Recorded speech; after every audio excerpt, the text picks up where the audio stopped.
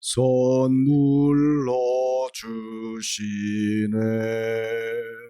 이제와 영원히 사랑의 하나님 언제나 함께 계셔 기쁨과 평화에 복 내려 주옵소서. 몸과 때 은혜로 지키사 이 세상 악에서 구하여 주소서. 감사와 찬송을 다 주께 드리오라. 저 높은 곳에서 다스리시는 주님 영원한 하나님 다 경배하여라. 전에도 이제도 장래도 영원히. 아멘.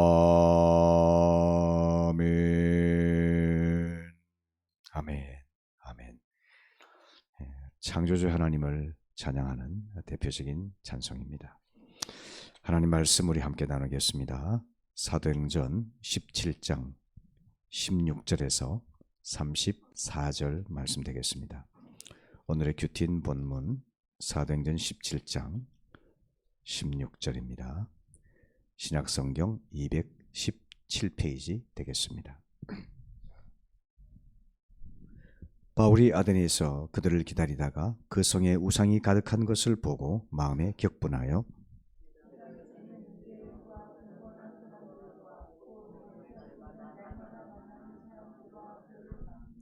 어떤 에피쿠로스와 스토아 철학자들도 바울과 쟁론할세 어떤 사람은 이르되 이 말쟁이가 무슨 말을 하고자 하느냐 하고 어떤 사람은 이르되 이방 신들을 전하는 사람인가 보다 하니 이는 바울이 예수와 부활을 전하기 때문이라.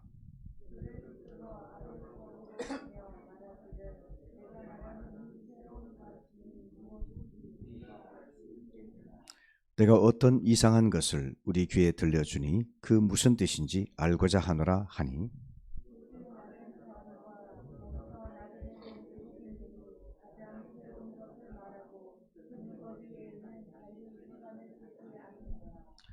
바울이 아레오바구 가운데 서서 말하되 아덴 사람들아 너희를 보니 범사에 종교심이 많도다.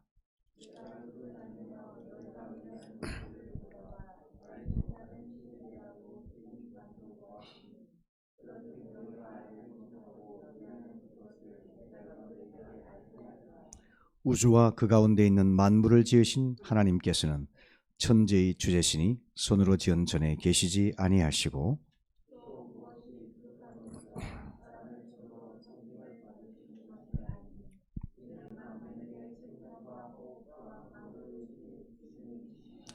인류의 모든 족속을 한 혈통으로 만드사 온 땅에 살게 하시고 그들의 연대를 정하시며 거주의 경계를 한정하셨으니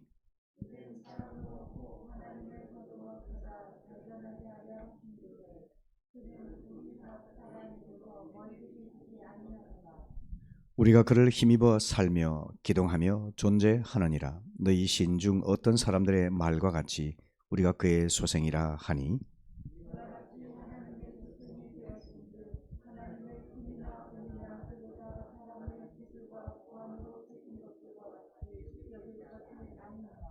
알지 못하던 시대에는 하나님이 간과하셨거니와 이제는 어디든지 사람에게 다 명하사 회개하라 하셨으니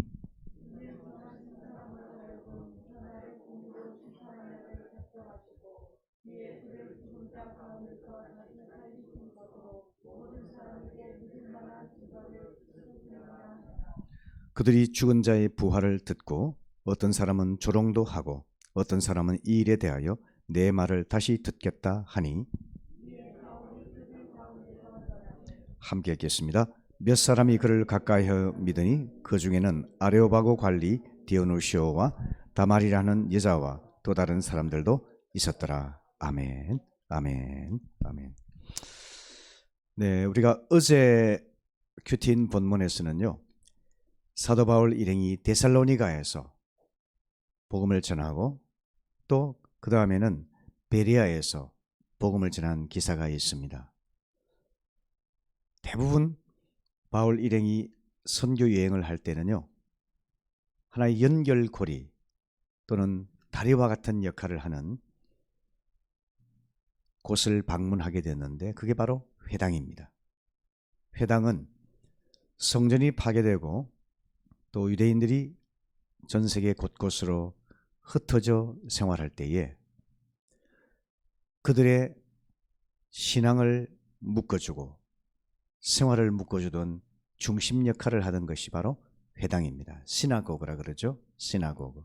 그들이 함께 모여서 예배도 드리고 또 하나님 말씀도 가르치고 친교도 하고 또한 결혼식도 하고 하던 이런 생활의 중심지 센터 역할을 하던 것이 회당이었습니다.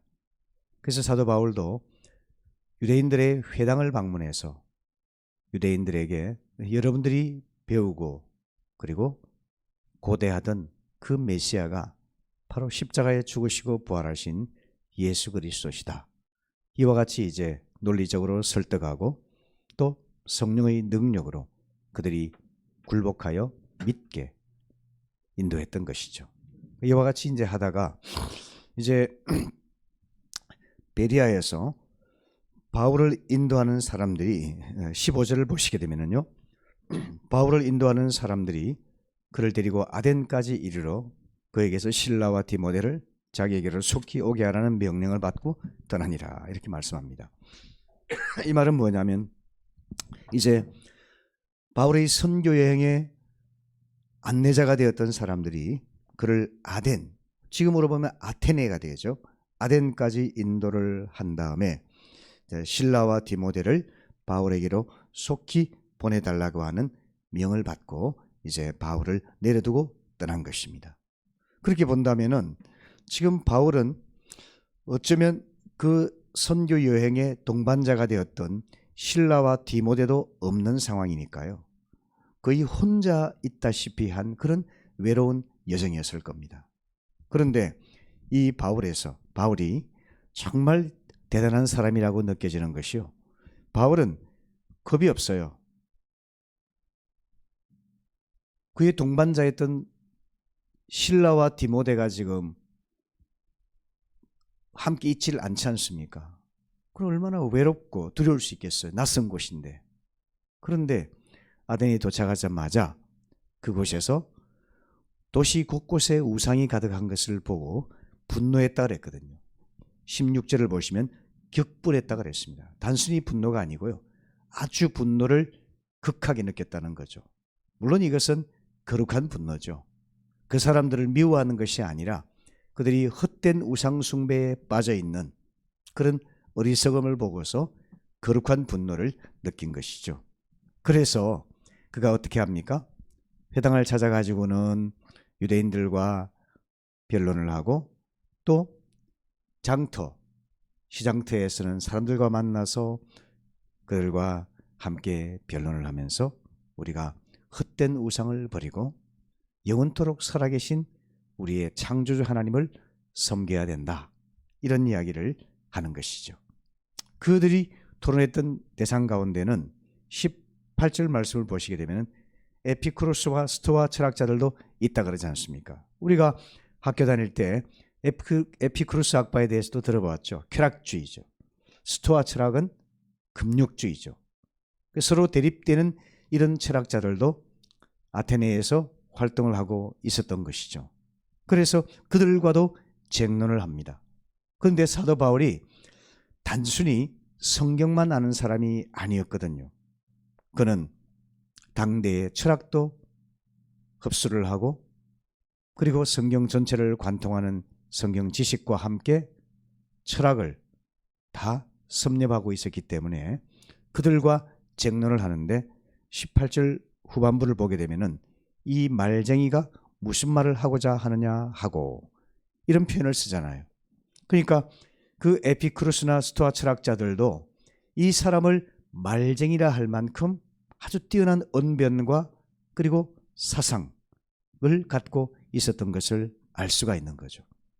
그런데 결국에는 사도 바울이 그들과 변론을 하고 논쟁을 하고 쟁론을 하면서 전했던 것은 뭐냐면 예수 그리스도의 십자가 죽으심과 부활이었던 것이죠. 그러니까 이 사람들은 생전 생각하지도 못했고 그리고 들어본 적도 없는 새로운 이야기를 하는 것이죠. 그러니까 이제 그 이야기를 보고 있던 사람들이 아레오파고로 가면서, 아레오파고라는 뭐냐면 아테네에 있는 시민들이 모이는 광장이죠. 그래서 아레오파고라는 것이 아주 유명한 사도 바울의 연설 장소로 알려져 있죠.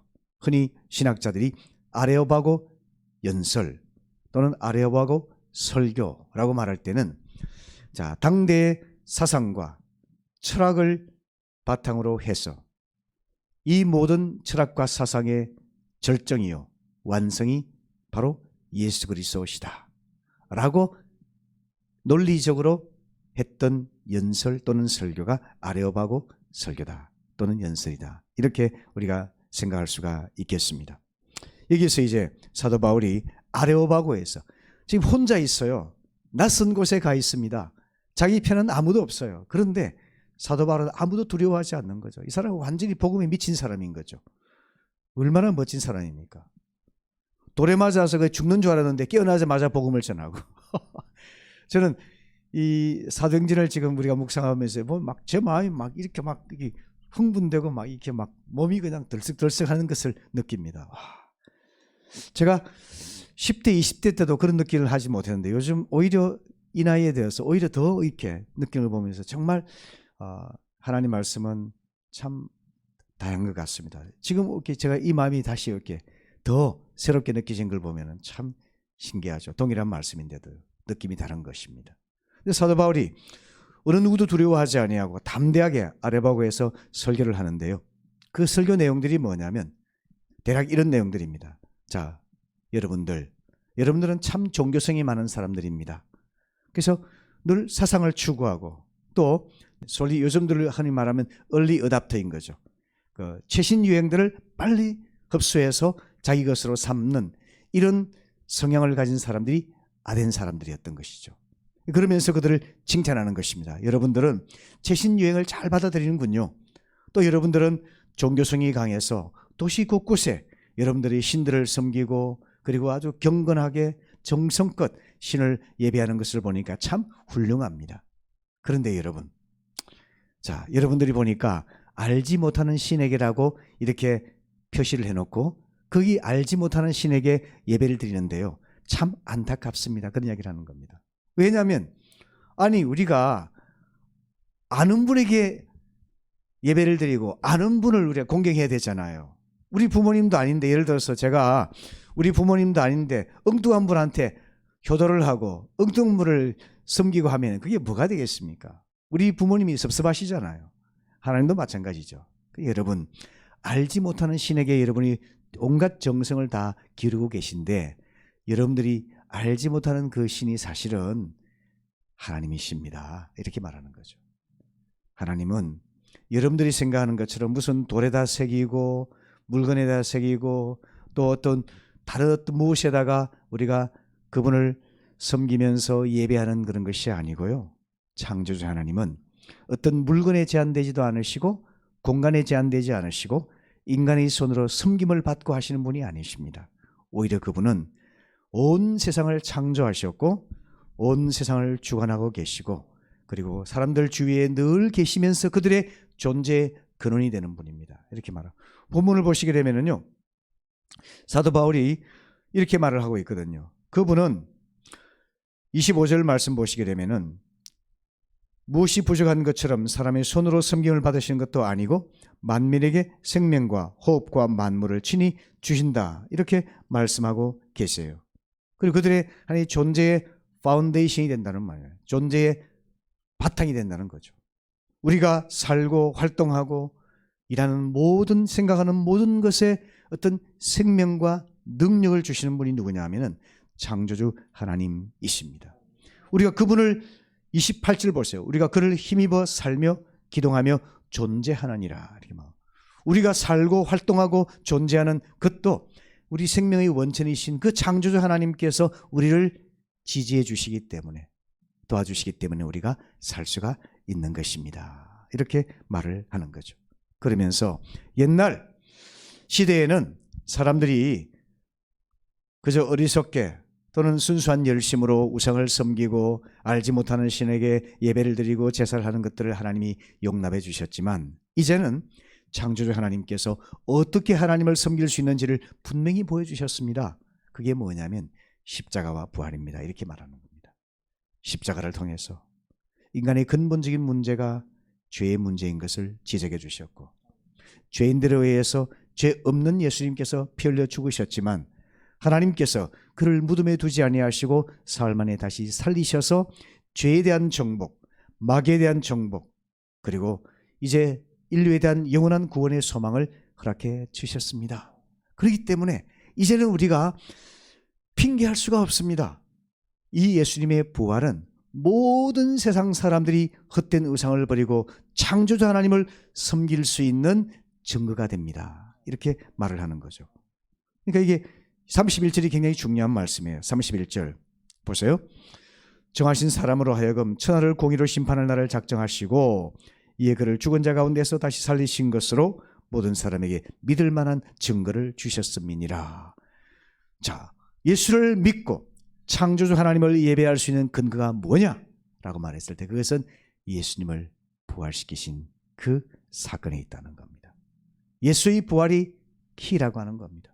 예수의 부활을 통해서 인간의 죄의 문제를 어떻게 해결할 것인지를 보여주셨고 마귀를 정복하고 죄를 정복하고 하나님의 영원한 승리를 나타낸 것이 부활이라는 겁니다. 예수께서 부활하셨기 때문에 그 부활하신 예수님이 선포되는 곳에 성령이 함께 역사하시는 거예요.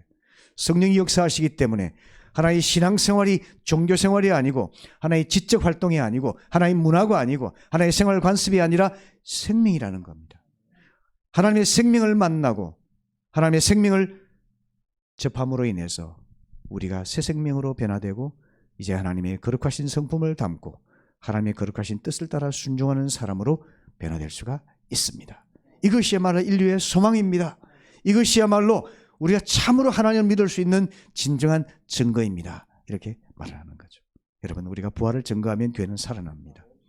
부활을 분명히 그 논리적으로 이해를 하고 진리적으로 이해를 하고 부활을 하나의 지식으로가 아니라 부활의 진리로 받아들이고 부활하신 주님을 내가 인격적으로 만나게 될 때 그 사람이 생애가 뒤바뀌는 거죠. 바울이 그랬던 것처럼 바울 같은 사람이 그 강한 고집스러운 사람이 꺾였던 이유가 뭘까요? 부활한 예수를 직접 만났기 때문입니다. 그러니까 자기가 이런 체험이 분명하니까요. 아테네에 가서 아무도 아는 사람이 없는 그곳에서 화가 나가지고 거룩한 분노가 있네. 여러분이 왜 알지 못하는 신에게 헛되이 경배하고 있습니까? 하나님 옛날에는 허락하셨지만 이제는 안 됩니다. 예수님께서 부활하셔서 모든 사람에게 믿을 만한 증거를 주셨기 때문입니다. 이제는 헛된 신을 버리고 하나님께 돌아오십시오. 증거하는 거죠. 그런데 결과적으로 보면은요, 그 위대한 아레바고 설교에서 많은 사람을 얻지는 못했습니다. 누구냐면은 본문을 보시게 되면은요, 34절 보세요. 몇 사람이 그를 가까이하여 믿으니 그 중에는 아레오바고 관리 디오누시오와 다말이라 하는 여자와 다른 사람들 있었더라. 그러니까 디오누시오와 다말이 그 다음에 이름이 없는 몇 사람 정도가 믿었다 그랬고요. 나머지 사람들은 조롱도 하고 뭐 새롭긴 하네 뭐 이런 정도로 별 반응이 없었다는 겁니다. 여러분, 목사가 설교를 해가지고요, 사람들이 수많은 사람이 막 고꾸라지고 회개하고 막 그냥 온통 막 그냥 엄청난 부흥의 물길이 일어난 것으로 인해서 성령께서 역사하셨다 이렇게만 생각하지 마세요. 아뢰바고 위대한 연설이었지만 이 위대한 설교였지만 그 당시 믿은 사람은 몇 명 안 됐습니다.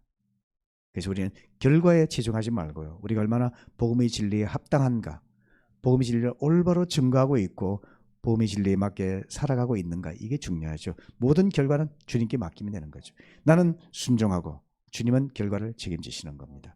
우리가 그런 삶을 살게 된다면 하나님께서 우리를 또 부활의 증인으로 삼으셔서 아름다운 열매를 주님의 때에 맺게 하실 것을 믿습니다. 아멘. 합심해서 우리 기도하시겠습니다.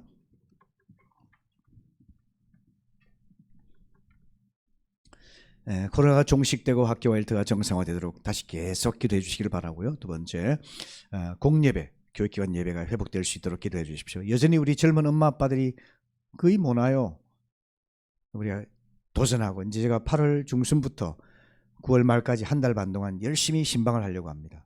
장기 결석자들, 그 다음에 우리 어려움을 겪는 우리 성도님의 사업장 다니면서 격려하고 예배를 올 수 있도록 그렇게 하려고 합니다. 그래서 우리 유치부, 초등부, 중고등부 다 이렇게 우리 예배가 더 활발하게 일어날 수 있도록 우리가 함께 기도해 주시기를 바랍니다. 목장 모임도 용기를 내서 모이게 하시고 우리 기도와 전도, 봉사, 구제, 삼공부 잘 이루어질 수 있도록 기도해 주시고요. 세 번째, 어려운 상황에서도 복음 전도와 영혼구원에 힘쓰는 교회가 되도록 기도해 주십시오. 그리고 네 번째, 8월에 계획된 교육기관 수련회 잘 이루어질 수 있도록, 우리 이제 초등부는 끝났고요. 유치부 계속 이어지고 있고 청년부, 중고등부 이렇게 이어지고 있고요. 8월 29일 날 침례식이 있습니다. 이때 감격스럽게 이 코로나 파동 속에서 침례를 받은 사람은 영원토록도 잊지 못할 추억이 될 겁니다. 그래서 믿음을 고백하고 침례를 받을 수 있도록 여러분 기도해 주시기를 바랍니다. 합심해서 기도하시고 개인 기도를 이어가겠습니다. 아버지 하나님 감사합니다. 오늘 말씀을 통해서 이 부활의 메시지를 전가하는 사도 바울의 그 담대함, 하나님 그 열정을 봅니다. 하나님 그런 모습을 닮고 배우기 원합니다. 아버지 하나님, 우리 하나님께서 우리 모두를 부활의 증인으로 삼아주시고 모든 사람이 하나님을 믿을 수 있는 확실한 증거, 이 부활을 저희들이 증거하고 믿고 행할 수 있도록 도와주시옵소서. 아버지 하나님, 코로나가 속히 다스려지고 우리의 학교와 일터가 그리고 예배가 정상화될 수 있도록 도와주시기 원합니다. 아버지 하나님, 우리 목장 모임도 정상화되기를 원합니다. 또한 주님, 우리의 중보기도 모임 전도와 봉사와 구제와 삼공부, 이 모든 것들이 잘 이루어질 수 있도록 도와주시고 이 코로나 와중에도 하나님 아버지 주님께서 도와주셔서 하나님 아버지 하나님, 우리가 믿음으로 승리할 수 있도록 해주시기를 원합니다. 하나님, 이 코로나 와중에도 하나님께서 마음을 열어주시고 하나님께 향하는 많은 사람들 예배하신 줄로 믿습니다. 아버지 하나님, 주님께서 도와주셔서 복음을 전하게 하시고 사랑으로 섬기게 하시고 교회와 목장으로 초청하게 하시고 하나님, 그래서 많은 또 회심자들이 있도록 아버지께서 도와주시고 저희들이 복음을 전하지 않으면 내게 화가 있을 것이로다 했던 사도 바울의 그 열정과 단호함, 담대함을 배우고 하나님 입술을 열어 복음을 전할 수 있도록 도와주시옵기를 원합니다. 하나님 아버지, 주님께서 도와주셔서 이제 8월의 중요한 우리 캠프 일정들도 잘 맞춰지게 하시고, 비록 사정으로 인해서 하나님 온라인으로 또는 작은 규모로 모이고 있지만 우리 하나님이 도와주셔서 하나님 도전이 되게 하시고 또 우리 어린 생명들이 믿음 안에 잘 성장할 수 있도록 도와주시옵기를 원합니다. 아버지 하나님, 우리 하나님이 도와주셔서 침례식도 은혜롭게 진행될 수 있기를 원합니다. 하나님 아버지, 정말 눈물로 믿음을 고백하고 믿는 성도들 앞에서 함께 믿음을 고백하며 그리스도의 지체로 이제는 하나님 교회의 회원으로 영입되며 이제는 아버지 새로운 삶을 살 수 있도록 주님이 도와주시옵소서. 아버지 하나님, 오늘 우리 성도님들 각자의 기도 제목들 주님이 기억하시고 응답하여 주실 줄로 믿습니다. 하나님 아버지, 이 시간도 교회에 오시지 못하지만 있는 처소에서 함께 말씀을 묵상하고 기도하고 하루를 열어가는 주의 자녀들 동일한 은혜를 부어주시고 오늘 하루 온종일 그리스도의 부활을 생각하며 그리스도의 부활을 열정적으로 증거하던 사도 바울의 삶을 우리가 본받아서 부활의 증인 될 수 있도록 도와주시기 원합니다. 감사합니다. 예수님의 이름으로 기도합니다. 아멘.